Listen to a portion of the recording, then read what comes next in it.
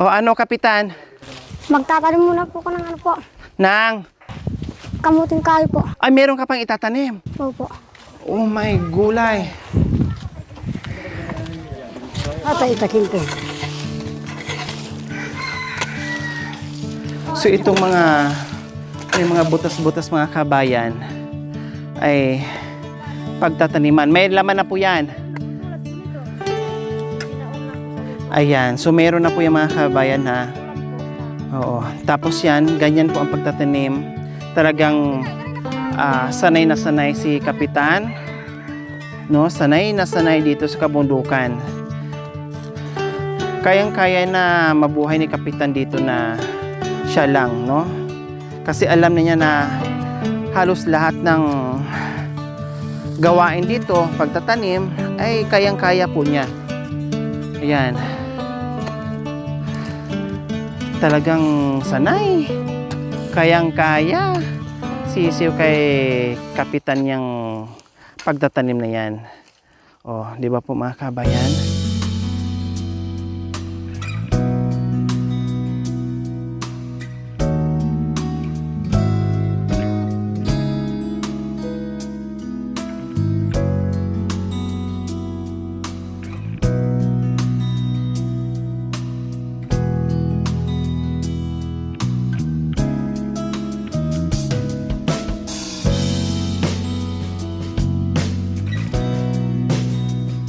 So ayan naman po mga kabayan, ang ginagawa ni Kapitan ay pagtatanim ng Kamuting kahoy po. kamuting kahoy. Ay, ganyan lang siya. Ibaon lang. Oo. Tapos pag umulang po, Tutubo na. Opo. Desin. Dandahan lang.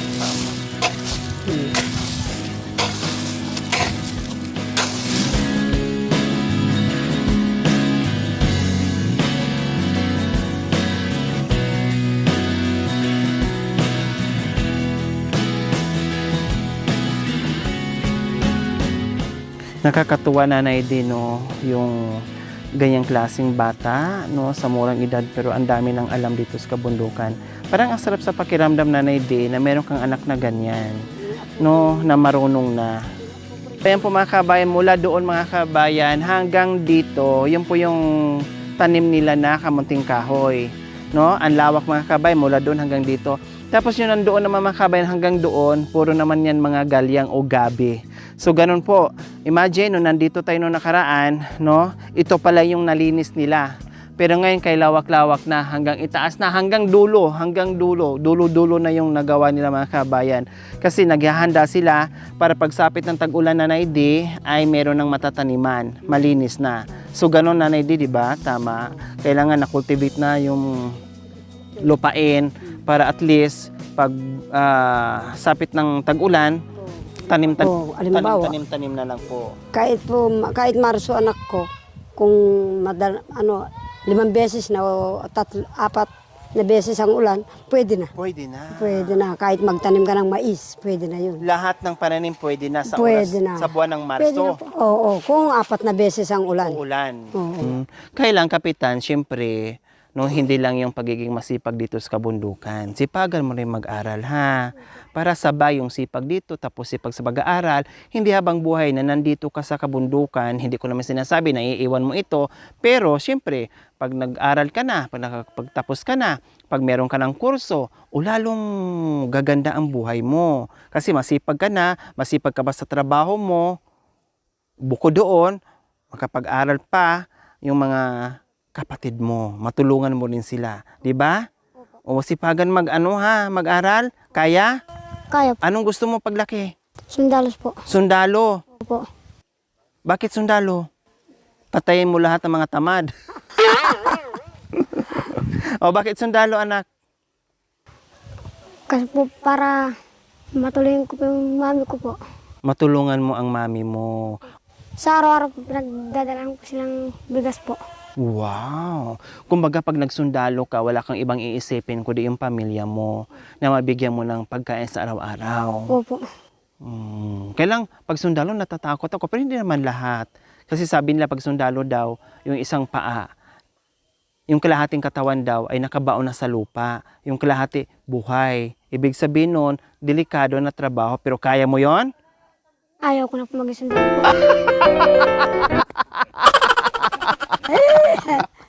Hindi ba nakarating? Ayaw na ba? Nag-retreat na. Sabi pa naman ng sundalo, no retreat, no surrender.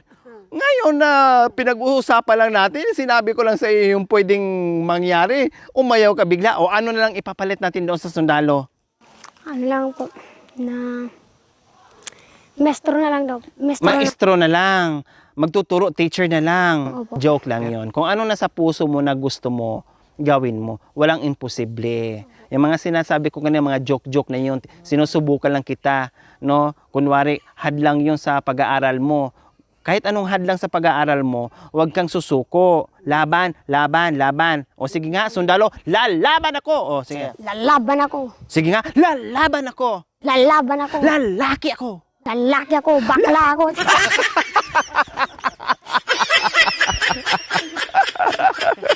Mapagaling sundalo. Naku. Masabi ko, talaga mabait nga ang bata niya. Totoo yun. Paminsan-minsan lang ako pumupunta dito. Kung siya ang anak mo na ganyan siya kabait at kasipag, anong mensahe mo sa kanya? Kantahan mo siya. Kunwari sundalo na siya, anak mo siya, kantahan mo siya. Siyempre magpapasalamat ka dahil napakabuting anak. Kanta mo sa sundalo. 'Di ba may kanta kang sundalo? Oh. Bayang ko'y tanging ikaw, Pilipinas kong mahal, ang puso ko at buhay ma'am, sa iyo'y ibibigay, tungkulin ko'y gagampanan, na lagi kang paglingkuran, ang laya mo'y babantayan, Pilipinas kong hirang.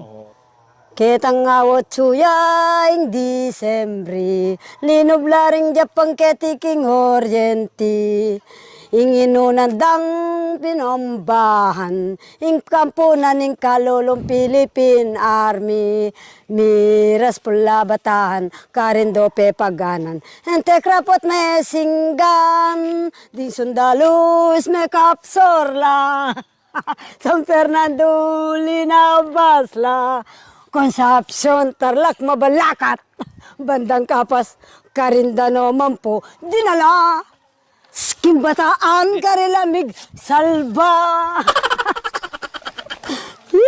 Ayan po mga kabayan, bukod dito sa pagtatanim, no, meron din siyang alaga mga kabayan na kambing.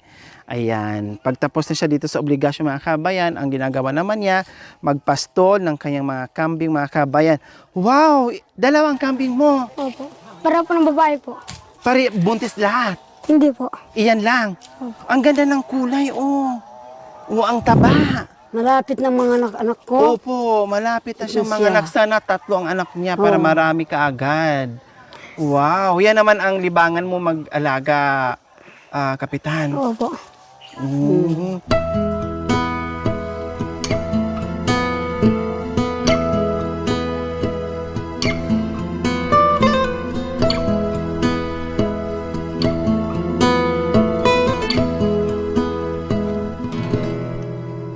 So ayan po mga kabayan, mag-igib muna si Kapitan. Samahan muna namin sa iniigiban niya. No, bago din siya sasama sa amin, ay gampanan muna niya ang kanyang gawain sa bahay para mayroong magagamit ang mama niya, may pangsaing, may panghugas. So ayan, ay dito. Wow. Wow. Ha? Diyan kayo kumukuha. Pang-inom na rin? Ay, pwede na rin pang-inom yung Kapitan? Oh, talaga. Grabe mga kabayan, oh. Parang daan na lang siya ng tubig.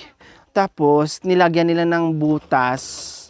O, anong tawag dyan? O, butas. Para mayroong pag-iimbakan dyan sa tubig na galing doon. Sa puno, Nanay Di? Pwede na po pala yung inumin, Nanay Di, kahit ganyan lang? Opo. Ay, hindi naman po madumi yan. Wala naman po magdudumi dyan. Kasi sila rin pong lahat dyan umiinom. Malamig yung tubig. Paano nga ako? Malamig din no, Nanay Dino. Ang sarap naman dito. Pati paglalaba, dito na rin, Kapitan. Opo. Paglalaba, inumin, lahat dito na. Opo. Hindi rin basta-basta maubos yung tubig na yan. Nauubos din po. Pag sobrang dami, Opo. Pag sobrang dami nang iigib. nag-iigib dyan. Pag marami nag-iigib, siyempre maubos din siya kasi kukunti-kunti lang yung ano niya. Konti lang po ano niya. Maliit lang ang balon. Palagay ko, totoo po yan. Wow! Yan, okay. Ano yan? Magnganganga ka? Hindi po, Buyo pinamtatapal. yan eh. Buyo sa Tagalog. Buyo sa amin, di ko alam kung ano, basta panganga yan, kumbaga buyo. Oh, Nilalagyan nila na yung parang apog. apog, tapos Yun nga. tabako, Ayan. tapos ganyan, lagyan ng tabako, ano bang tawag doon? Apog nga. Apog, igaganyan, Bunga. tapos bunga, yung parang nyog, nabilog, ganyan, ganyan. Hindi yan dito, Nanay. Hindi yan, dito yan sa kanina. Oo nga, hindi. Kahit Ganyan. kahit sa, pag ano, yung hindi ka na umuutot. Yun Umutot. ang igaganon. O yung sa utot naman, ganyan yan, naturuan kita. Ang sa utot dito.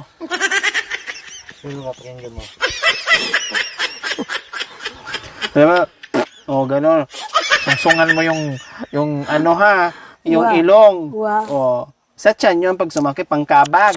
Kasi siyempre dito Gumagalis. lumalabas yung hangin. Oo. Para hindi kabagan, susungay yung dalawang butas. Oo O, nga. ganun yun. Ngayon naman, pag ang bibig naman kailangan bunga nga, dito yan.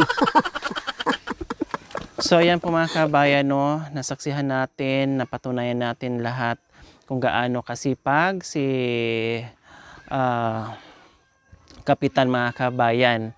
No? Alam ko, hindi lang ako ang natutuwa, ang buong team, kundi tayong lahat na manunood ay natutuwa sa ginagawa ni Kapitan sa pagtulong at pagiging masipag sa kanyang sa pagiging masipag na nakatulong sa kanyang mga magulang. Kaya ayan, Nanay D, at sabi ko nga kanina, kayo ay natutuwa ba sa ginagawa ni Kapitan? Oo naman. Ha? Oo. O, kasi natutuwa siya mga kabayan kasi si Nanay D nung bata pa, no, ang nangyari sa inyo Nanay D ay ayaw na kayong paaralin kasi gusto na lang Magganyan. magtrabaho. Oo. Oh. 2 araw lang. O kaya magpapastol ng kalabaw sa Kapampangan. Maraming Kapampangan dyan eh.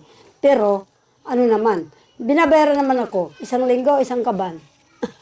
Oh, so ibig sabihin, pinaubaya mo yung pag-aaral mo kasi magtrabaho ka na lang para makatulong sa pamilya. Oo, kasi payat na payat ang nanay ko. Ganito, anak ko. Sabi niya, anak, pagbutihan mo, mag-aral ka. Kasi, kahit pangit ka, anak ko, hayaan mo yung ate mo na maganda. Sabi niya pangit ka? Oo daw. Ang ganda niyo. Yung ibang mga bata nga, pag sinabihan ng pangit yung anak, unang-unang magalit yung nanay eh. Tapos kayo, yung nanay niyo mismo magsabi sa yung pangit kayo? Oo, kasi iba, yung kapatid. Naniniwala naman kayong pangit kayo, hindi? Hindi, naniniwala rin ako kasi hindi naman matangos ang ilong ko, hindi maganda. Okay lang yung hindi matangos yung ilong. Matangos naman ang butas, okay lang. Totoo anak ko nga, maganda yung ate ko. Naku po, ang mga lalaki, kunwari, makikiputo ng buho sa tate. Ano ba, si Kapitan, kailangan din ba niyang huminto sa pag-aaral para magsipag dito sa kabundukan o hindi? Hindi ah. Kung ikaw ang nanay niya, kasi dati yung mga magulang mo pinaranas sa'yo na hindi ka pinaaral kasi magtrabaho na lang. Kung ikaw ang nanay ni Kapitan, ganun din ba ang gagawin mo sa kanya, Nanay D? Hindi, anak. Bakit po? Ayaw kong ipaparanas ang dinanas ko sa magulang ko. Na kahit umuulan, nanginginig na ako, naglalapot sa mga Kapampangan. Ayaw ko. Ayun, nagpastol ako. Nagpastol na. On kalabaw, tigda 2 araw sa eskwela, tumatakas ako, walang almusal. Ay, Nagpastol kayo, pero ang ginagawa yung pumapasok kayo sa Wow! eskwelahan na hindi nila alam. oo, tinatali ko nga. Kahit ang dumi mo, Tali kita, bahala ka dyan, kakain ka dyan, basta ako, papasok papasok na ako. ako. Oo. Alam niyo po mga kabayan, kung hindi lang siguro Kung nakapag-aral lang siguro si Nanay D, hindi lang siya ganyan katalino. Kasi ngayon nga, grade 2, pero ang bilis pumick up, ang bilis makagawa ng kanta, no? Ang bilis ng utak niya. Very sharp po talaga mga kabayan. Saka lahat pagkausap mo si Nanay D ay may sense talaga, no? Masarap siyang kausap, no? Kaya sabi ko nanghihinayang ako kung nag-aral lang si Nanay D noon, hindi lang ganito siya katalino. Kailan siguro kung nag-aral siya, kapag tapos siya, siguro Disney, no? Hindi rin kami magkikita ni Nanay D kasi nasa ano na to, baka mamaya nasa Amerika na to. Ba, siyempre, mag-sponsor din ako. Oh, di ba? Oo, Tama pala. Okay lang din kung nakapag-aral siya, kung hindi man kami magkasama, pero magkasama kami sa Munting Adikay, magiging sponsor ko siya. Tama 'yon.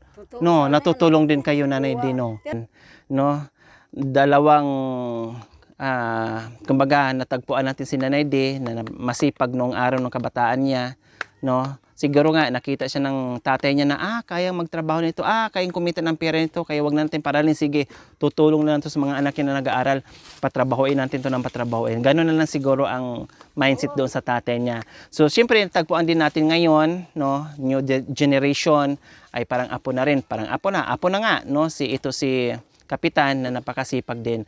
Sa hapong ito mga kabayan, siyempre, bigyan din natin sila ng pagmamahal. Si Nanay D and si Kapitan. Nanay D, meron kang Anak ko. 2,000. Opo, pero ito pong pakiusap ko, mga kababayan, maraming salamat. Pero ayaw kong kunin. Dahil ang dadal mo, sa inyo na lang yan. O anak ko, naiiya ako. Sa'yo na lang yan. Dahil ang dadal ayaw rin ng pera. Awa, totoo, yung bahay ko gusto kong matapos. Itong 2,000, sa Anito na lang to, sa Anita. Ay, nandiyan ka pala. Siyempre, sa'yo yan. Deserve mo yan, Nanay D. Salamat, anak 2,000. ko. Meron din sa Kapitan 2,000, no? Galing yan kay Ma'am Chuna Venman from Zurich. Ayan, maraming salamat po, Ma'am Chuna Venman from Zurich. Maraming salamat po sa ganito ang puso na pinasaya niyo ang puso din ni Kapitan at ni Nanay Delia sa hapong ito. Sabihan pinagkaloob niyo po sa kanila. Maraming salamat po. Nawa ipagpalain po kayo ng Panginoong Diyos araw-araw. Nawa ibigyan po kayo ng kalakasan ng katawan sa araw-araw. Nawa ibigyan po kayo ng mahabang buhay pang sa ganon. Marami pa tayong mapasaya na tulad nila. Na? Tita Chuna, maraming salamat po sa binigay mo sa amin ng biyaya po. Ayan. Kayo naman? Anak kong Chuna, maraming salamat. Sana hindi kayo magkasakit dyan. Hindi na sana babalik sa atin yung COVID na yan. Doon ako hindi nakapagtrabaho uli. Sabi nila, hindi na raw pwede ang 61. Yun po. Maraming salamat, anak ko. Ayan. Masaya ba kayo? Opo. Kayo po? Masaya rin Masaya. po. anak So, ko. ayan. Kasi, kaya binigay ko po sa inyo yan. Kasi iba yung bigay na para sa bahay, iba din yung bigay na para sa iyo. Pag sinabing sa bahay nyo, ilalagay natin sa bahay. Pero pag sinabi na para sa personal nyo, ibibigay ko rin na para sa personal nyo. Ganun po yan, Nanay D. Maraming salamat, anak ko. Na, kung hindi ikaw, hindi kami nagkaroon ng sponsor. Totoo yan. Sana, kahit saan ka pupunta, kung hindi nyo ako nakasama, sana, hindi kayo madidisgrasya o ano man ang bagay, walang mag-ano sa inyo. Sabi yung kanina, na ano kayo dahil sa COVID, bakit ano nangyari sa COVID? Nagkasakit din po ba kayo ng COVID? Hindi naman, anak ko. Natakot din ako. Hindi nagsunog-sunog ako ng sinusunog ng mga matatandang aita. Opo, tapos? Yung buto ng rabbit ng kalikasan, Opo. humingi ako sa ibang aita. Yun ang inano ko, maano yan. Sigurado kayo hindi kayo na COVID? Alipin dugo, anak Buti ko. naman malakas ang ano. Meron akong ang katawan nyo. Kinabahan ako, nako po, hindi ko alam kung saan ako. Sa laki nitong butas, walang virus. Totoo. Ay, ang gani keni nanulag-lagyurang anak ko nga. Swab test. Ay, akala ko Nagpa-swab test kayo. Ba, Pati kamay ng swab, ay, pumasok. nanginig ako, talagang napaihi ako sa takot. Nakapila kami. Naku po, Panginoon. Ilang swab test bang pumasok dyan? 2. Saan? Dito, Sa isang dito. butas? Ay, hindi naman. Magkabilaan. Gaano kalaki yung swab test? Ano naman? Hindi. Malaking anak ko. Ganito yata eh. Ha? Ganito yata. Dapat ganito kalaki. Tutuyan ako eh. May nga pari ko kintakot. Ano ba yan? Akala ko maswab test ako. Meron akong sakit. Eh, kamangalga. Ay, Baka na swab test ang ibaba. papaswab test ko sana yun yung maburok yan. Ano, halakap Sabi ng totoo. doktor, ayaw ko masusuka. Talagang babahingin eh. Nanay Delia, alip po kayo. Dinagay na kami doon sa 10. Nangin lalo ako. Hindi ako nagpahalatang nanginginig. Nervous kayo na Wow. Tapos yung pinasok na anong Eh, wala. Pagdating ko doon, hindi kayo umangal, hindi kayo hindi naman. nasaktan. Hindi naman. Akala ko nga gaganon eh. Tapos sabi niya, maghintay muna kayo, nanay ah. Opo, ma'am. Sabi ko ganun. Kanina. Ang mensahe ko po sa inyong mga anak ko o kapatid, maraming salamat. Sana hindi kayo magkasakit din. Marami akong narinig, kawawa. Ang ginawa ko, nagkulong na lang ako. Napapaiyak-iyak, naglilinis. Sana huwag kayong magsawa sa akin. Anak ko, magpalagi lang magdasal. Magsaya. Na hindi na darating yung COVID na yan. At magsaya. Lalo na kayo, kompleto, may TV, may radyo. Yung ano, ay, pagkatapos kumain o pagkatapos natulog, mahal, kahit ano, I love you. Ganun-ganun na lang sa mga speaker. Tapos yung naalala mo nung bata kang nakakatuwa, yun ang isipin mo. Oo, ganun pala nung bata ako, ganun eh. Yun ang iisipin. Kasi ako ganun. Pag may nagbibiro, yung mga kagaya ninyong palabiro, makikisali ka din. Okay, so ayan, maraming salamat po muli, Ma'am Chuna Vinman from Zurich. Maraming salamat po sa inyong ganitong puso. Nawa ipagpalain po tayo ng Panginoong Diyos araw-araw. Nawa ibigyan po tayo ng kalakasan ng katawan sa araw-araw. Nawa ibigyan po tayo ng mahabang buhay. Pang sa ganon, marami pa tayong matulungan na ganyan. So mga kabayan, huwag niyo pong kalimutan, pakishare at subscribe sa aking YouTube channel, Lori Aquino Talita. Maraming salamat po. God bless us all. Bye! Mwah!